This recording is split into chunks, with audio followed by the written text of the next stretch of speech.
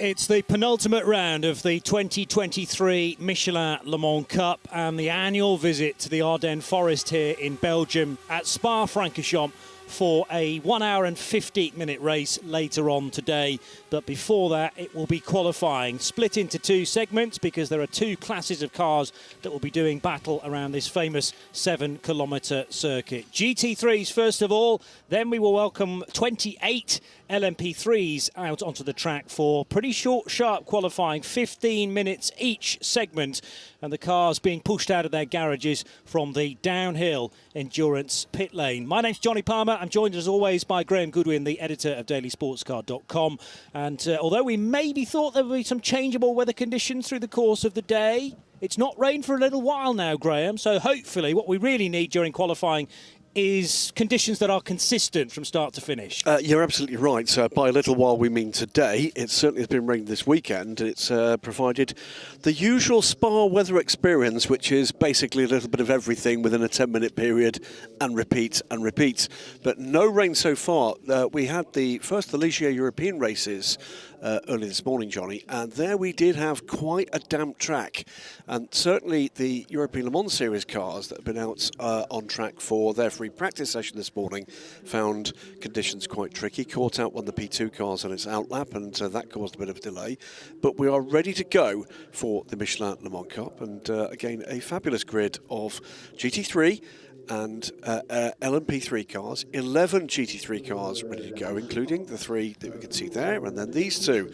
These are the Team Parker Racing cars, and one apiece as the car spins its wheels up to leave pit lane. One of the brand new 992 type Porsche 911 GT3Rs, and one of the previous 991 cars from prior to this year. Stella Racing Audi there in the queue, as are the two GMB Motorsport Hondas and the Lippert Lamborghini. And it's the two cars top of the shot there. The 18 Porsche that topped free practice 1, Nick Jones and Scott Malvern, and then the Audi.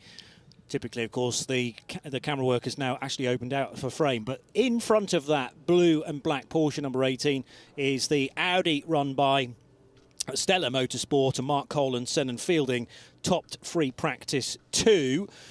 In the championship, it's still pretty much wide open. There's a reminder of where we are, though. The 7,003 metres worth of Spa-Francorchamps. Massive elevation change, not least in that first sector, as you plummet downhill from La Source, through Eau Rouge and Raidillon, and then along the Kemmel Straight into Les Combes corner at the highest point of the circuit. Bruxelles, that very slow, achingly slow right-hand hairpin that then runs into turn 9 Speakers corner, turn 11 as it is, in fact, on that track map. Through Pouhon, the Double Gauche, the Le Fagnes Piff Paff, right and left, and then down towards Campos corner and Curve Paul Frere, through the rapidly quick left-hander at Blanchimont, and then the bus stop chicane, so called because there was actually a left-right, right-left chicane back up sort of 25 years ago, labelled as the bus stop. Things have changed quite a bit since then. Nevertheless, the final chicane has retained that name. Blue skies above Spa-Francorchamps. This is a rare treat, Graham. It is a rare treat. We did have a rainbow yesterday that, of all things, landed on the Rallycross circuit here. There was a massive rush, obviously, of team owners across there to see if the pot of gold could be found ahead of next year's programmes. But it has been a week so far of very mixed weather conditions indeed. But it does look as if we're going to get to the stage where this is fully dry. There are still some wet patches. You can see on the run down to Eau Rouge and then up to Raidillon. There's still some patches of this track that are not fully dry, but with sunshine now playing onto the circuit, that should change pretty rapidly after heavy rain earlier this week. And the GT3 cars, Johnny, are about ready to go, aren't they? Only 9 of them in the queue. We should have 11 in this session. 1 or 2 may be holding back. The white Ferrari, for instance, isn't there yet, but was being pushed out onto the working apron. There it is. There is the 83 car, Charles-Henri Samani. and Manu Collard. Charles-Henri, as we've said before, the brother-in-law of Francois Perraudot, who we'll be seeing later this afternoon in action. And, yeah, away they go with the Racing Spirit of Le Mans Aston Martin leading the way. Nothing can be decided this weekend in terms of the championship. It's pretty tightly bunched between Arnaud Robin and Valentin Hasclot, who lead on 69 points from Anders Fjordbach and Tim Kresick on 63. So a gap of only 6. And even if the Aston Martin wins the race, and then we get, for instance, a non-finish from the Fjordbach and Kresick Porsche, well, actually, that would decide it. But I'm assuming, of course, with 11 cars in the race, that the Porsche has a decent one this weekend. So there are the points, 69 versus 63, and then a gap of a further 4 points back to the AF Corsa Ferrari of Hiroshi Koizumi and Kei Cosellino, the duo from Japan. Although Kei Cosellino with strong ties to Italy as well, runs with both the nationality flags on the belt. Lippert Motorsports number 19 for Gabriele Rindone and Patrick Kuyala are there on 42 points, ahead of the Team Parker Racing Porsche that topped free practice 1 earlier in the weekend, and the GMB Motorsport Honda NSX of Jan Magnussen and his teammate Lars Engelbrecht Pedersen will be in 6th position on 29 points, so 41 adrift of the table toppers as we stand. What we can predict pretty clearly is what's happening more or less every single GT3 qualifying session. Trouble for Samani already in the... It's a red flag as the 83 car gets moving again. Now, is that red flag going to stay? Is there further trouble? What happened there? Just cold tyres for the Ferrari 296. So red flag. It's going to rob them of this warm-up lap, effectively. It sort of delays the session and shortens the session, Johnny. So is there another issue, or was it just... It was Samani spinning the car at... I think that was Le Mans, wasn't it? It was. There is trouble, and there's trouble for Tim Kresick. It's the Caffeine 6 by HCR car, and this is a championship contender. Very much so. That has lost the... front floor and splitter for that car. That's a significant chunk, and that car will not be playing any further part in this session. Well, the car's either stalled or it's lost so much bodywork that it cannot go, can't make any forward locomotion, but the marshals were quickly to the scene. It was slightly puzzling to have Charles-Henri Samani just spinning and then getting going again. Surely that couldn't be the reason for the red flag. Turns out it wasn't. The session will restart on a short call. Actually, everyone's being told sort of at red flag speeds, but also a little more quickly than that to get back to the pits. Yes. So the session can restart very swiftly. So the cars are obviously sited in the bottom pits, what's now called the endurance pits, stretch pits, if you like, for the Spa-Francorchamps circuit. I think both those drivers were caught out on wet patches on this track. It is clearly not fully dry yet, and if you actually see the shot we got of the stricken Porsche a little earlier, you'd see just further down the track what looks, there you go, just above the head level of the marshals working there, that looks like wet patches on the track to me. Yeah. The other concern at the moment is barrier damage, because to its driver's left, I reckon that Tim Kresick has made contact with the Armco, and that's pushed a number of the struts back. That's why the marshals are looking at the structural integrity of what remains of the Armco. But as our camera zooms in, quite a lot of them are no longer vertical and have been pushed back. So they're going to have to check to make sure that that can take another hit, potentially. So I just wonder whether it was a dab of the brakes from Tim Kresick on the damper part of the circuit, which has speared him left and then nose first into the barrier. That's why a significant chunk of the front floor has departed the car. And here comes the tractor to maybe do some sweeping and potentially repair work to the barrier as well. Although we're still being told that the session will restart on a short call. So I can't imagine they're going to do a great deal of work to the Armco barrier. Still not seen Gabriele Rindone return to the pits yet in the number 19 Lippert Motorsport Lamborghini. And the other car we were waiting for was Hiroshi Koizumi, third in the championship currently, only 10 back from Arnaud Robin and Val Hasclot. Yep. So they're definitely in the fight as well. And Charles-Henri Samani should be the final car to head back into pit lane after his spin at Le Mans corner, but as we've subsequently learned, not the cause of the red flag. Yes, that would have been some clunk of the barrier for that Porsche. So it does not appear to be any immediate concern about the condition of Tim Kresick. I guess it was Tim Kresick aboard the car. There is Charles-Henri Samani making his way back to the pits in this very handsome Ferrari 296 GT3. This is a shape we're going to be getting very familiar with in international sports car racing in the years to come. Literally hundreds of orders for that car, which will take Ferrari and their designated supplier who build these cars up from the Ferrari design, Orica now, will be getting busier and busier. Something like a 4-year wait for one of those cars right now. Some of the wooden wedges are being utilised, I reckon, from that 4x4 that's just turned up. So maybe hammer those in to the cracks between the struts and the armco that remains, just to bridge the gap effectively, because there has to be contact between the front-facing slats of the armco and whatever's behind. But if you can wedge pieces of wood in between as a temporary fix, that looks to be what they may well be doing. Well, while we're waiting for the session to restart, and it will be just a little while because that car's got to be lifted and removed from the circuit, let's just go through who we've got, what we've got. It is Racing Spirit Le Mans at the front of that queue, the number 10 Aston Martin that's had a great season so far, and that car is going to be in the hands of Arnaud Rabat, the Vantage AMR GT3. Team Parker Racing, we've seen that car as well. That is Nick Jones in the Porsche 911 GT3R. Lippert Motorsport and their Lamborghini Huracan GT3 Evo. That is going to be Gabriele Rindoni. Mark Cole in the Stella Motorsport number 42. That is the Audi R8 LMS GT3 Evo 2. And then Hiroshi Kazumi in the first of the two AF Corsa Ferrari 296 GT3s. It's the 51 car, the red Ferrari. G&B Motorsports, the first of their pair of, it is the Honda NSX Evo 22. I think that's a car. Well, they've had 22 evolutions of it. It was just an evolution that was done in 2022. That will be Thomas Anderson in the 55 car. 63's Iron Lynx Lamborghini that we didn't see last time out, did we?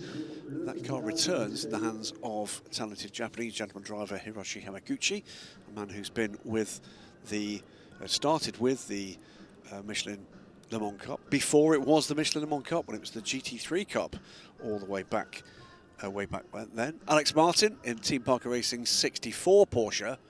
Charles-Henri Samani, we've already seen in action, both in good and bad sense so far. The white and black AF Corsa 83 Ferrari. Not going to see Tim Kresick retake the track, I'm afraid, in the 86 HCR with Caffeine 6 Porsche.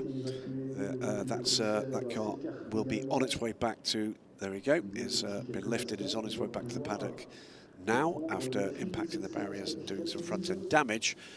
G&B Motorsports 88 Honda completes the lineup, and that is Lars Engelbrecht Pedersen aboard that car. So when we get back to green, and I think that's going to happen pretty quickly, it was contact, by the way, between cars 18 and 42 at T5 as well. So it was quite a busy warm-up lap there. So 2 spins and contact in the opening warm-up lap of a qualifying session. Calm, everybody, calm. Well, the Team Parker Porsche, number 18, and the Audi left pit lane together. The Audi was just in front of the Porsche, and presumably they were trying to change position at turn 5, which is the approach to Le Mans corner. That sequence of right, left, right at the end of the very long and fast Kemmel Straight. So if there's a bit of misunderstanding there, there can very easily be contact. They both made it back to the pits, but let's hope that they're still relatively straight. It really is to knock something as fine-tuned as geometry out on a car when you've set it as to be pinpoint accurate during qualifying to now be a real dog for the rest of the session. 13 minutes left on the clock. It's starting to count down again, and the Aston Martin, interestingly, is not moving. It's a green flag, but there's no response from Arnaud Robin. He has the green light, but is the car stalled? And now the car immediately behind it, has that got the turning circle required to get around? Yes, just about. So that's the Lamborghini that did not appear at Aragon. Is that the Hamaguchi one? Yep, that's You're right that they weren't there. I'm just telling the difference. It's iron link, so it's got to be a bright green colour. And this looks to be a Control-Alt-Delete going on for the Aston Martin. And will that car move now? Not yet, it won't. So that could be further dramas. So there's a yellow flag now covering that. Marshall stepping out into the fast lane to warn of everybody else who wants to join this session that a car is stopped. And we're still waiting for the Charles-Henri Samani Ferrari. Otherwise, the Aston stuck there, as we know, and the Tim Crescit Porsche, who took pole position last time in Aragon, in fact, so it could have been a double. There's any chance of that now gone for the American driver for the HCR with Caffeine 6 Porsche. So let's wait and see. Are we going to see the number 10 car take to the track for this session? They'll want to be in contention here. That message has got to the Ferrari. The 83 car now leaves pit lane. So still trouble for this Aston Martin. There will be sufficient trouble, by the way, that he's not confident that just allowing the car to roll and bump it is going to do it. Yeah. Well, he's fairly close to the bottom of the hill there, so if it then gets stranded on the racetrack, free of the pit lane, then that could potentially cause another red flag, and he wouldn't be allowed to continue in the session. So all times, not that anybody's posted any times, would be deleted. The team from Racing Spirit of Le Mans have now gone all the way down. The difficulty is they've got to push the car presumably back to where their garage is, which is massively uphill. Correction, by the way, for this investigation. It was the two Team Parker Racing cars that had contact. Okay. Not the 42. So it was the 18, they had that right at race control, and the 64 car of Alex Martin. Yep. That supposedly make contact. So that message at the bottom of our screen was revised to remove the 42 so Stella Motorsport Audi, car. It was the two Team Parker cars. Oh dear. Yeah, oh dear indeed. And we did see pictures, by the way, of the Racing Spirit Le Mans guys struggling to get that car back uphill. I can remember, by the way, some years ago for the Spa 24 Hours, I think it was Spa 24 Hours, I'm pretty certain it was Manu Carlard. The car stopping just as he tried to join the track and being left with a tiny amount of space to try to push this Porsche back up that hill so that the mechanics could intervene. And it was beyond him. It's, you know, it's a ton of car. Yeah. And it's a very steep hill. It certainly is. And that pace, the other side, the racing side of the pit wall, through go the initial runners in qualifying. Racing Spirit of Le Mans haven't even attempted to get the car back to their garage. They've just pushed it away from the fast lane, which seems sensible, and are now rapidly working on it. Of course, the green light will stay on at the end of the pit lane for the next 9.5 minutes, but you'll only have probably 6.5 of those in order to get the car out round to start a fast lap. So time is starting to slip through the fingers here of Arnaud Robin, who leads the championship with his teammate Val Hasclot by only 6 points. The last thing they wanted was to be qualifying effectively at the back of the grid. Absolutely right, and there'll be, I'm sure, looks to me to be very likely electronics the issue, so the usual kit of hammer and race tape will be no assistance there. The one thing that has moved on absolutely in dramatic fashion in recent years, diagnostics. Yeah. So it's highly likely that they'll be able to trace a problem very quickly. Whether very quickly is enough to get this car on track is quite another question. Meantime though, Johnny, we've got cars on track, 2 fewer than we were hoping for this session. And we're very soon going to be, I think we are actually now already into the fast laps. Yeah, although already Nick Jones, this lap won't count for him in the 18 Porsche that we think had contact with the team car on the first release lap. Gabriele Rindoni's been done for track limits as well, so the Lippert Motorsport car effectively will have this next lap deleted, and Lars Engelbrecht Pedersen in the GMB Motorsport Honda. Yeah, so it's been a ragged start to this. Not great. 8 minutes to go. 3 cars with track limits, 1 car in the barrier, 1 spin, 2 have hit each other, and 1 didn't get out of pit lane. Other than that, it's been completely straightforward for the last 15 minutes. Yeah, if you're not on that list, then you stand a strong chance of getting pole position, but we're down to about 2 or 3 with that potential. as Hiroshi Hamaguchi will cross the line, automatically going fastest in the 63 Lamborghini from Iron Lynx, and Alex Martin hopefully not in a damaged Porsche, depending on how tough that touch was between the two teammates. That race control will still look at it, by the way, even though they're from the same stable. Oh, yes. They will treat that as if it were cars from different teams if there is a penalty to be served. Charles-Henri Samani, late to join each of the versions of this session. That might be the safer way to look at it, actually. Make sure that everyone else clears off, gets tangled up amongst themselves, and you should have a clear racetrack to qualify on, although he did have that minor indiscretion with a spin at Le Mans corner. 2:21.752 from Hiroshi Hamaguchi is the time to beat now, ahead of Alex Martin and Team Parker Racing Car, but as about 0.4 of a second off that provisional pole time, but with time to come. And as we say every single time, almost every sector time will improve through this whole session for all these drivers as they find the grip, they find their confidence. This is one of the beauties of a qualifying session with bronze-rated drivers. They're learning with every single lap. And the bronze rule in this session will be the same in the LMP3 session as well. Each of the teams in LMP3 will have either a bronze, silver or bronze gold combination, and the bronze driver has to take part in qualifying. As the Honda NSX of number 88 GMB Motorsport, Lars Engelbrecht Pedersen. This lap is a cleaner one so far for the Danish driver, and obviously his best because it's the first sector one time for him to post legally. A little bit of curb there at Lafanya corner on the right part of that, through the left-hander, and then descend yet further down towards Campus corner. This first and tighter right-hander before the right-hander then opens up a little bit through curve Paul Frere, and you can pull through the gears. Yeah, it's a clean lap at the moment. It's a very good lap at the moment from the Iron Lynx car that leads the session after the first lot of flying laps of the two sectors. As we watch the Honda coming around to complete its lap, Hiroshi Hamaguchi, I think, is not far behind him on track, and is currently, well, in fact, he was ahead of him on track and goes almost 3 seconds quicker. So Hiroshi Hamaguchi goes round with a 2:19.188, and that is a mighty gap now. So we wait to see what is doable here from the number 88 Honda. That goes fourth, but 6 seconds off Hamaguchi's time at the moment. Here comes Mark Cole in the Stella Audi. What can he do? He goes through in 6th place and is 8 seconds off. So it's Hamaguchi from Alex Martin, 2.9 seconds off that provisional pole time. Big gaps at the moment, Johnny, and there've not been terribly many laps at pace completed.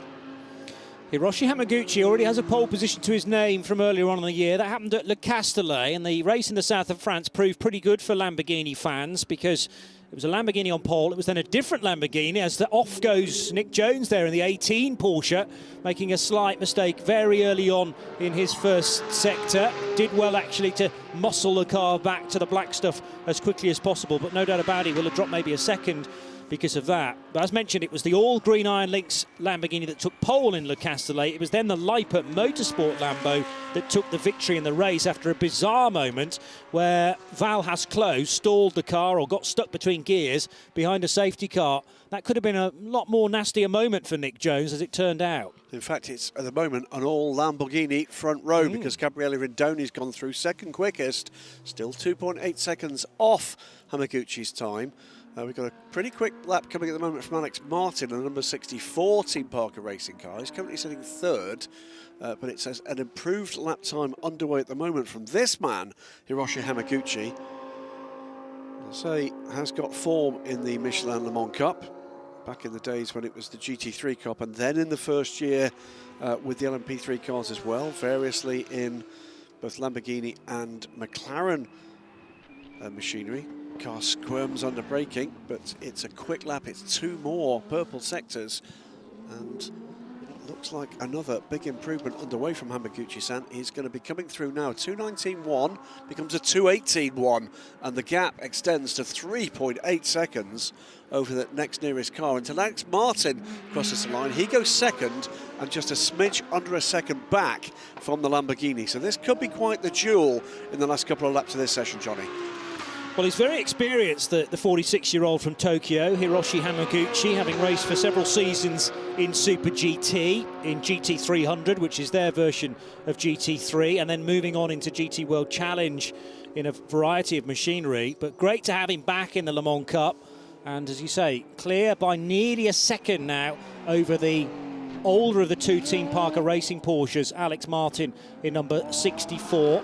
Mark Cole's got the Stella Motorsport Audi up to third, number 42, sharing that second row provisionally with the second of the Lambos, Gabriele Rindone. Well, he's found 5 seconds to set that lap time, so that's a big improvement from Mark Cole as he continues to learn the Audi R8, the GT3 version of this Audi. So that's a good result at this point in the session. There's 2 minutes to go, so a couple of laps at most for any of these drivers.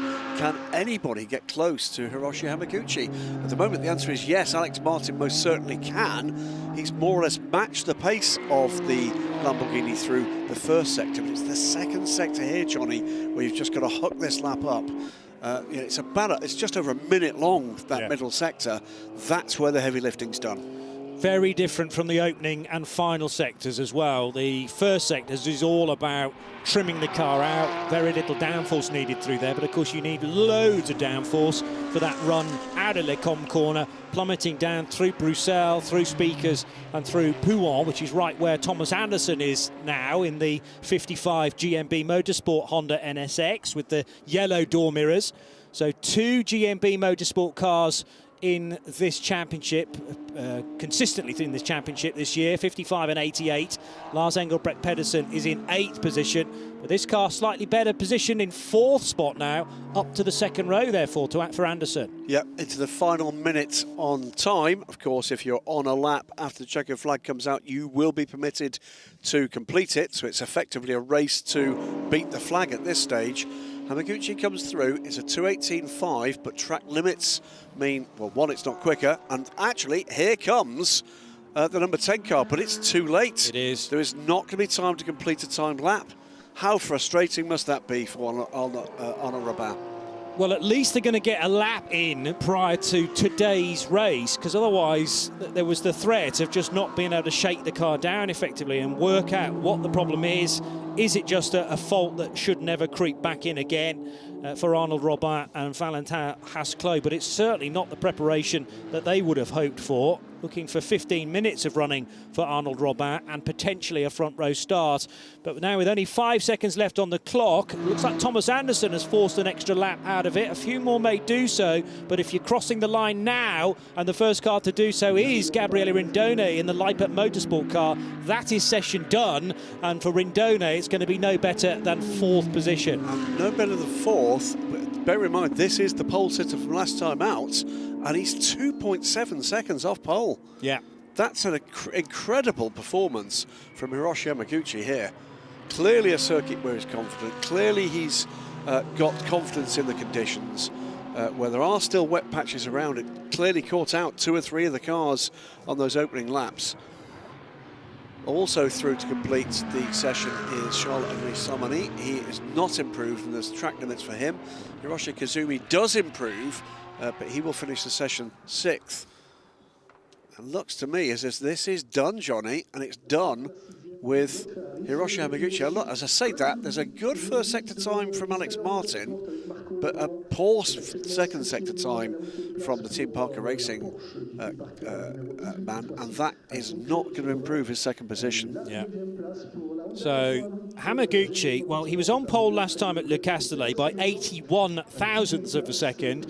You want to try nearly a second. By only 3 thousandths he's missed out on the full second difference between his Lamborghini, this one in the bright green for Iron Lynx, and Alex Martin in the Team Parker Racing Porsche number 64. It's a substantial gap, but they will effectively start on the same row for the race later today at 4:05. So he completes the session to confirm his pole position. For me though, Johnny, looking beyond Alex Martin, the gap to Hamaguchi in the 3rd place car is almost 2.5 seconds. True. So yeah, that's substantial again. And you know, is it because there's been very little dry running so far for all of the teams, and maybe a bit of a gamble had to be taken on setup ahead of pretty much a dry qualifying session, although just ask Tim Cressick about there being damp patches here and there. We still don't crucially know what threw Tim Cressick off the road on the run to Pouhon. But there was certainly a telltale damp area to drivers left just before the car speared left.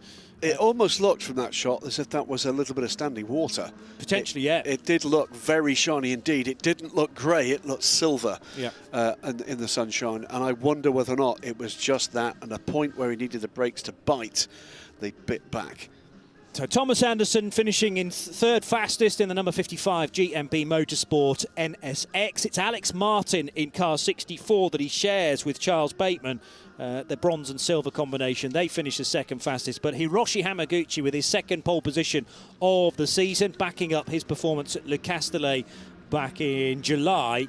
And Iron Lynx with a 2:18.160, almost a full second faster than the Team Parker Racing Porsche, and considerably more than everybody else, including the GMB Motorsport car of Thomas Anderson. Lippert Motorsports' Gabriele Rindone, fourth quickest, ahead of an all AF Corsa third row for Charles-Henri Samani and Hiroshi Koizumi in their brand new Ferrari 296s. Stella Motorsports Audi and the Team Parker Racing Porsche 7th and 8th, ahead of GMB Motorsports' second car, the 88 of Lars Engelbrecht Pedersen.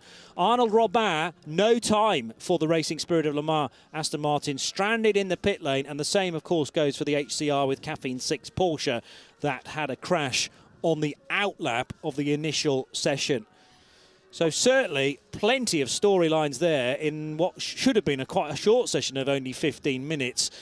It always delivers, the Michelin Le Mans Cup, and we set ourselves sights now on 28 cars being involved in a tick in LMP3, Graham. Indeed, and I guess the GT3 teams will be hoping this is an untroubled session in LMP3, because what they don't want in what is a timing screen that was pretty well spread out, Johnny, is to have LMP3 cars in the mix, because that can spell trouble at the start of these races. So what they'll want is for these LMP3 cars to be ahead of as many of the GT3s as is possible, and that's absolutely what Racing Spirit of Le Mans will want with the troubled number 10 car after a disastrous session for them, it has to be said. Well, they're here ready to go. This is most of the available LMP3 cars on the planet generally tend to turn out for these. It is an astonishing 28 car LMP3 grid for the Michelin Le Mans Cup. They go onto the working lane, into the fast lane now, almost in formation. And a fair number of these cars are going to be ready to go at the very start of this session. What can you say? We have another year to enjoy the undoubted soundtrack of the generation in junior endurance motorsport, the low-revving, rumbling Nissan V8s that will be replaced at the beginning of, not next season, but the season following, by a brand new engine for LMP3, a Toyota-based, we believe, twin-turbo V6.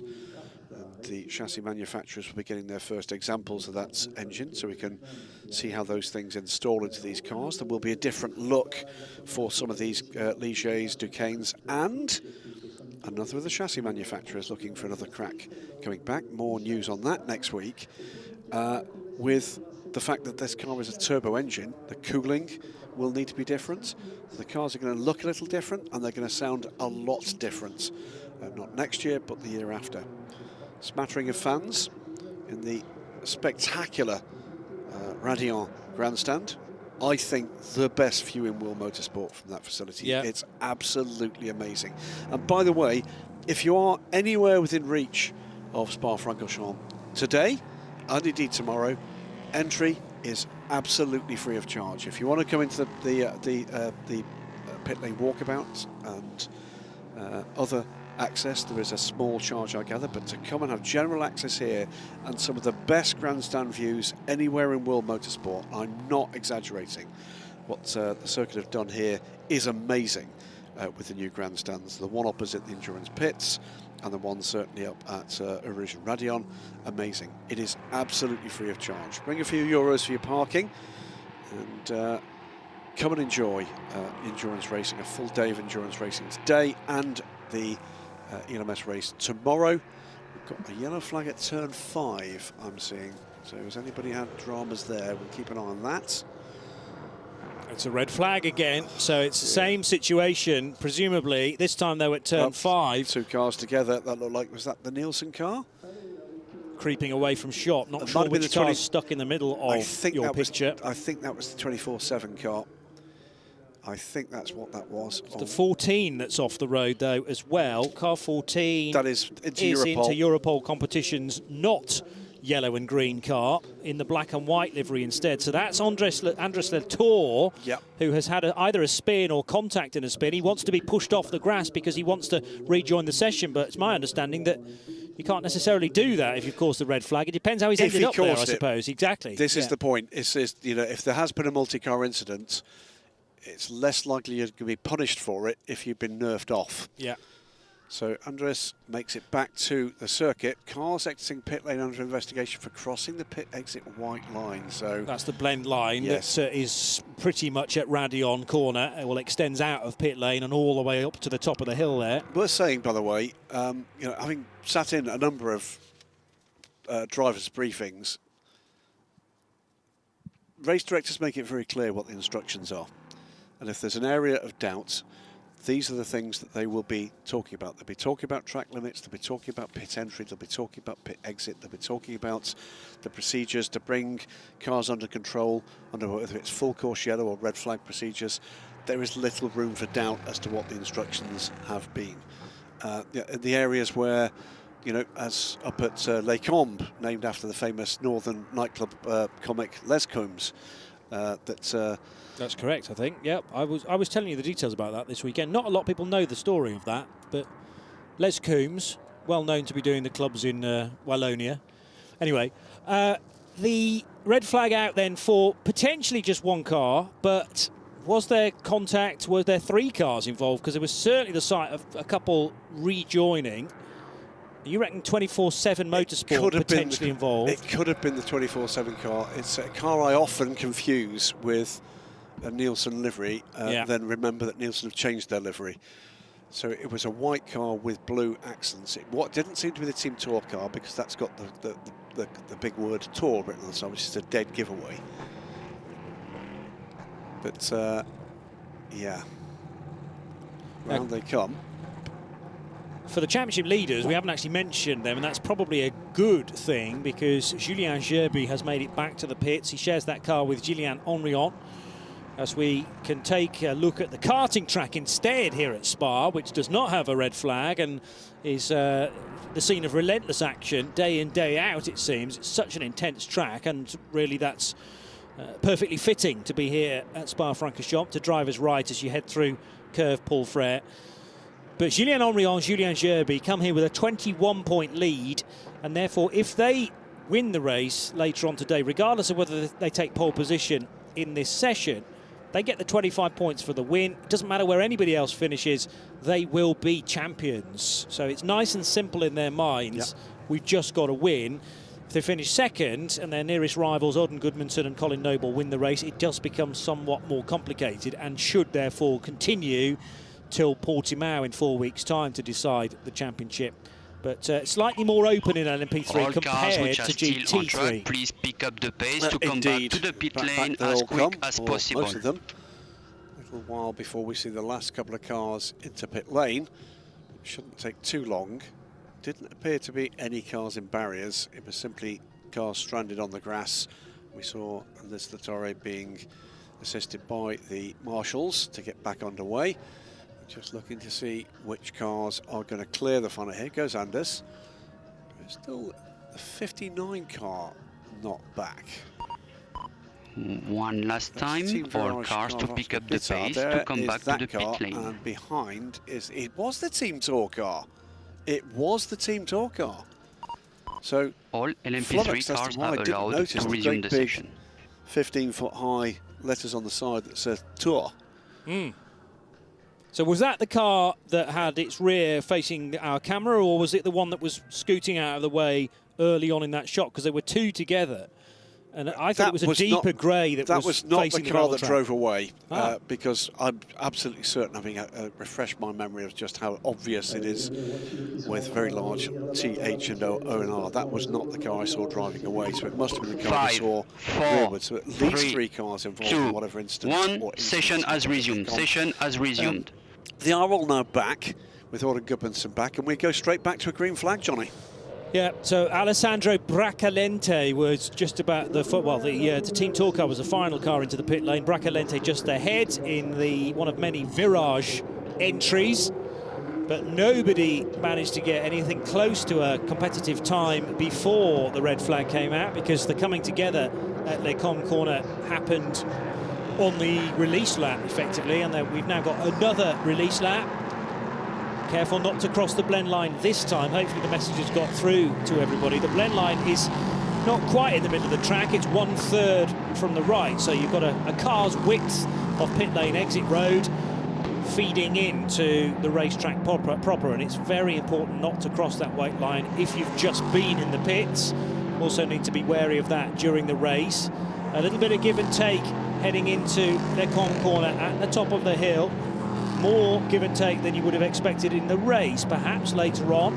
Touch wide there for Christian Gysi in the number 9 Racing Spirit of Le Mans car, and also trying desperately to make some space. That's the 97, I reckon, of Louis Saint-Join. So there you go. It's a 21-point advantage for Team Virage, and Julien Henrion, Julien Gerby ahead of Orrin Gudmundsson and Colin Noble for Team Tour.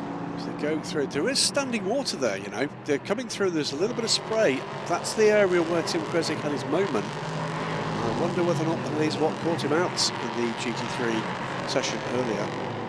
So there's a replay. Is this the incident? Just now, just getting themselves sorted out. That was Latour again, wasn't it? Having to get on the brakes as a car tried to cut across the nose. Here's Alexander Bukantsov in one of only a handful of Ducanes in the session, 4 of them.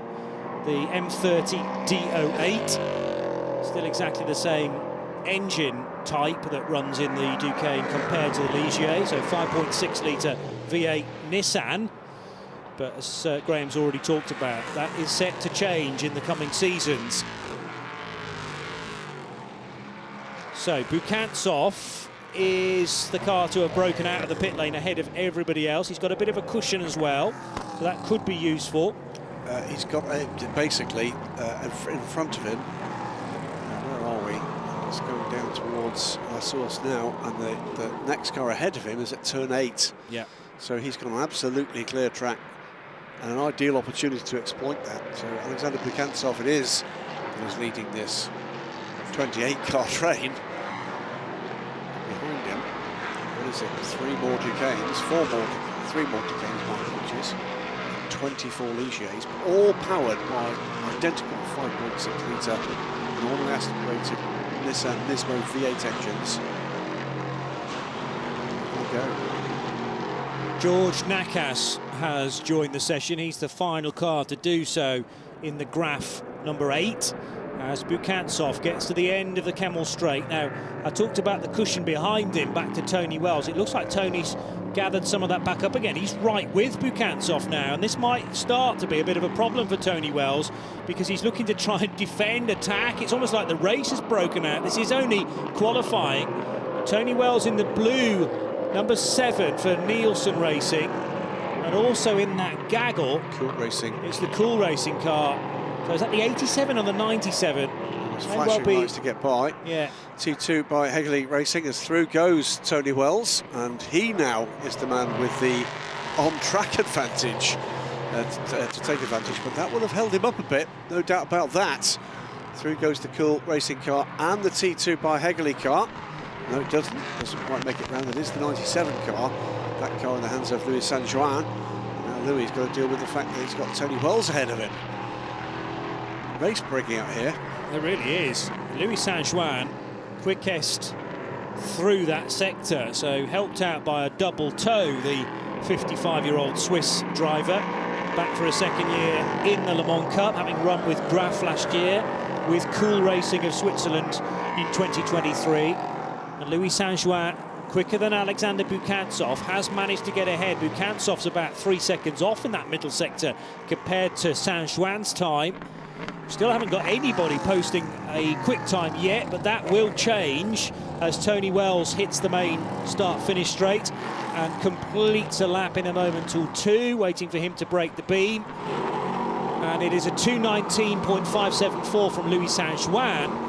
That lap for Tony Wells was not registering, so it must have been deleted because of track limits. First sector for Tony Wells, it would have been a 2:19.2. But already Owen Creed goes through 2:18.0. So Owen Creed in the racing car, side by side, still here.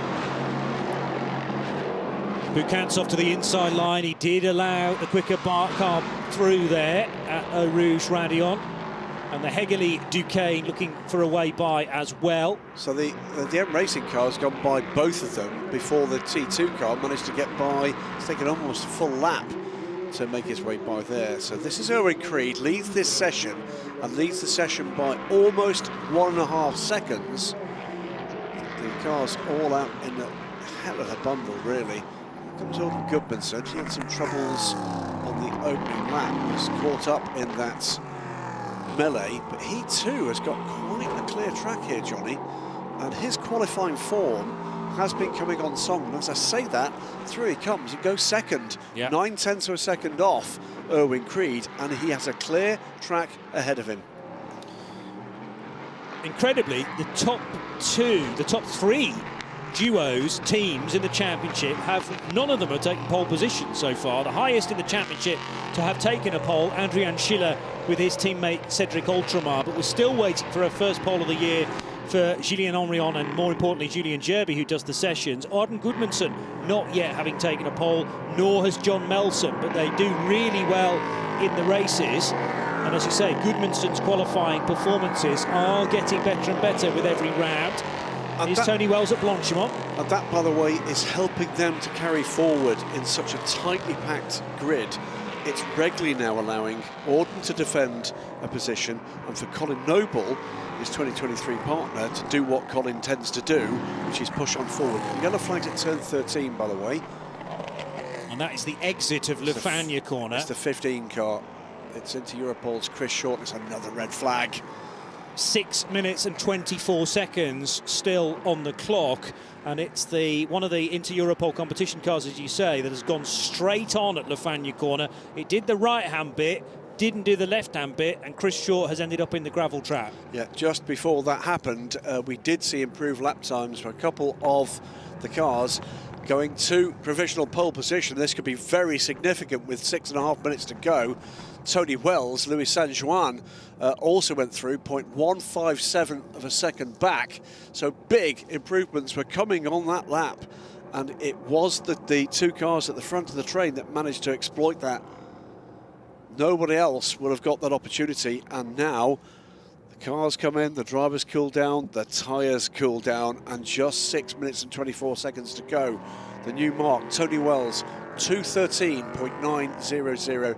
Louis Saint-Juan in a 2:14.057. Provisional front row, Nielsen Racing's number 7 and the Cool Racing number 97. Remember, those were the two cars in a hurry to get by Bukantsov in the DKR car. They did so, and it, at this point, has paid off, Johnny. Yeah. So Chris Shorts, the man from the West Midlands in the UK, out of the session, and because, again, he's the cause of the red flag, even if he's been put back onto hard standing, he should then go into the pit lane, but that seems unlikely at the moment. I think the marshal's priority is towing the car out and then putting it in a safe location behind the barrier. The schedule today at Spa has not got a lot of wriggle room. Right up against the end of this session is the second of the Ligier European Series races for the day. That was due to start, is due to start at 12:55. And then after that, we're straight into European Le Mans Series qualifying for the penultimate, anti-penultimate race of their season. 2 races still to come after Spa at Portimao, one on the Friday and one on the Sunday. Remember, we're trying to catch up from the cancelled race earlier in the year in ELMS, where we were due to go to Imola but could not because of circuit upgrades taking place there. So still only halfway through the European Le Mans Series season, bizarrely, even though we're in late September. So that's still to come, the qualifying for tomorrow's race there. And then we have the race for these cars, 1 hour and 50 minutes, due to start at just after 4 p.m. this afternoon. Yep. So it's at the moment spending significantly more time in a closed room with Johnny Palmer than I am with my wife. I can only apologise for that, Graham. Dear Not mate. a lot I can do about it, I'm afraid. At least we get on, vaguely speaking. I'm not bitter. Would you mind telling your face? What a queue of LMP3 cars, all raring to go. Now, is there a shout for saying, do you know what, I'm just not going to get involved in this madness and be happy with where we sit on the grid right now, rather than coming back with a potentially damaged race car? The problem is, for Tony Wells, he's only sitting on a 10th and a half as an advantage. Well, I think the key for some of the cars towards the back of this order is, as things stand, is a big spread. The spread at the moment of the teams that have set a lap time is almost 20 seconds because they've not had that clear running. What does that mean? They'll have to deal with the GT3 cars as well, and we've seen that can be a significant problem. So there will be a lot of these teams in the lower order here that will want to make very substantial improvements and at least be battling like with like. So Chris Shorts almost was returned to hard standing. Now will be. Is that car mobile? Let's see whether it can get back to the pit lane under its own steam. Tony Wells decided, I think, not to stop with the team and just instead go right to the end of the pit lane. Let's have another go at this, says Tony. Yeah, well, he's in the perfect place to do so.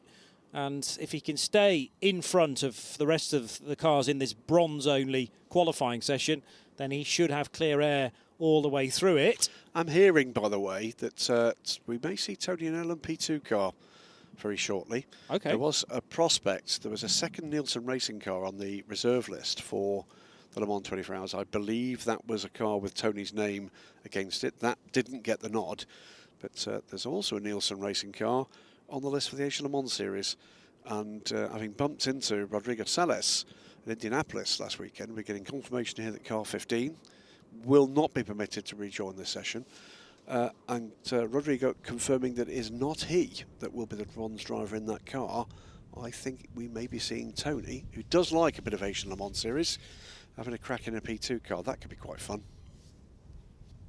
So Chris Short's car not permitted to continue. That's the machine he shares with American Bryson Morris. Yeah, not been a great start to this session for Inter Europe, has it? That's two cars they've had in woes. Notably, by the way, there was no such message for Anders Latorre. Yes, so good point. That would appear to have been regarded as being something of more racing incident rather than a mistake that's caused the delay. So the incident blame not being attributed to the Australian. Yeah, and it's so often judged by a case-by-case basis, depending on how the red flag has come about and attributing the cause or blame. And good to see that Anders Latorre, once he got pushed back from the grass, is allowed to continue. Bryson Morris, looking forward to seeing how he gets on. He's done the full season, the 19-year-old American, sharing with Chris Short this year, and always quick. Let's hope the car's not too badly damaged and they can sort that quickly enough for the race. Well, we've just been waiting 10, here for 9, the car. 8, we know he's down to place 7, of safety. 6, We're 5, waiting to hear what the race director's 4, got to say. 3, And 2, 1 session has resumed. Equipment is back in a place of safety, and it is now. We go back to a green flag, and the clock starts ticking down. What is it? 6 minutes and 15 seconds remaining. So that will be, Johnny, 2 flying laps for everybody here. Yes. Yeah, because it's going to take them over 2 minutes and probably 2 minutes 30 to get around. And then, yeah, you're really likely to see only 2 flying laps. If you're in the right place, you might be able to squeeze an extra one, but you certainly cannot afford to hang around. Now, Tony Wells and presumably Louis Saint-Juan again, jet off down the Kemmel Straight. It is the Swiss, Louis Saint-Juan, who, these are the top 2 in the timings so far. And coincidentally, they ended up right at the end of pit road after that initial red flag. Tony will not be in any of a hurry to let Louis Saint-Juan by here. And actually, just in the background, you can see what It could be quite significant. Third driver out onto circuit was the driver that led the session until those 2 late laps before the red flag. That is Erwin Creed. There he is in the background in the M Racing car. So he's giving himself quite a bit of room. He's not pressuring to get by these guys. He's under no pressure from behind in this queue. And I think he's playing a sensible game. And I think Louis Saint-Jean is doing so as well now. I think he's realised there's risk in trying to get by Tony. Why do that? Give yourself the space and go for it. So significantly less bunched up for most of them. There's a couple of cars coming off pit lane now. There's a couple of 3 cars coming off pit lane now. Is that our championship leaders? I wondered whether it was. There was also potentially a problem for the MV2S racing car, though, out front, because at least one of the Virage cars wanted to get by, feeling, well, I'm a lot quicker than you. We're no longer restricted to 60 kilometres per hour. But it was almost as if the MV2S racing car hadn't released its speed limiter, so it was going a lot slower than the Virage cars behind. Oscar Bitar is one of the Virage pilots, car number 59. And then more crucially for the championship, Julien Gerby in car number 16. Here we go. Through we go now to start flying laps. Keep it on the grey stuff, everybody. 4 minutes to go for this session. It will be 2 flying laps, I think, for everybody. As Tony Wells comes down, rumbling down in provisional pole position. 2:13.9 is his mark. He'll be looking to beat and consolidate his position there. Big gap before you get to Louis Saint-Jean, now with space to play with, and with Erwin Creed in the 68 car, 3rd in this queue. There's the 2nd car on the road, also the 2nd place car in the order at the moment. So what can Tony Wells do about this? He does improve his first sector time and goes purple there. So these are 3 quick times for the first 3 races. Just looking to see if anybody else behind them in this queue is producing that kind of pace. At the moment, Wells the quickest of the lot through sector 1. Will that remain the case as the rest of these cars come through? We're at 3 minutes and 7 seconds to go. I think we're going to get to the point where everybody, Johnny, is in for this lap and 1 more. Yeah.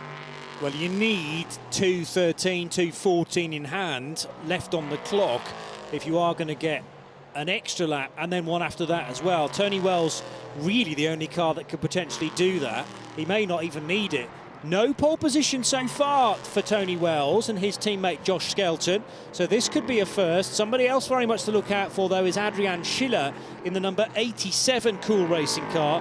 Schiller has had a pole position along with his teammate Cedric Ultramar, but it was Schiller that did the time, and that was at Le Castellet 2 races ago.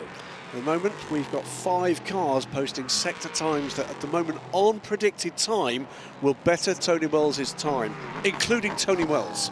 So Tony, a bit of a lock-up as he came into the first element at the bus stop, now onto the start-finish straight, and what can we see? It's a 2:13.9 previously. It's going to be quicker. It's a 2:13.209 as he completes that lap. He's going to get 1 more. Can anybody else compete with that? It's half a second back now. Louis Saint-Jean does improve his time, but does not beat Tony Wells' latest time. He stays 0.513 of a second back, with Erwin Creed retaining 3rd. Up into 4th place, just over a second off that pole position time at the moment, Peter de Curtens and Hegley by T2 Racing 67 car.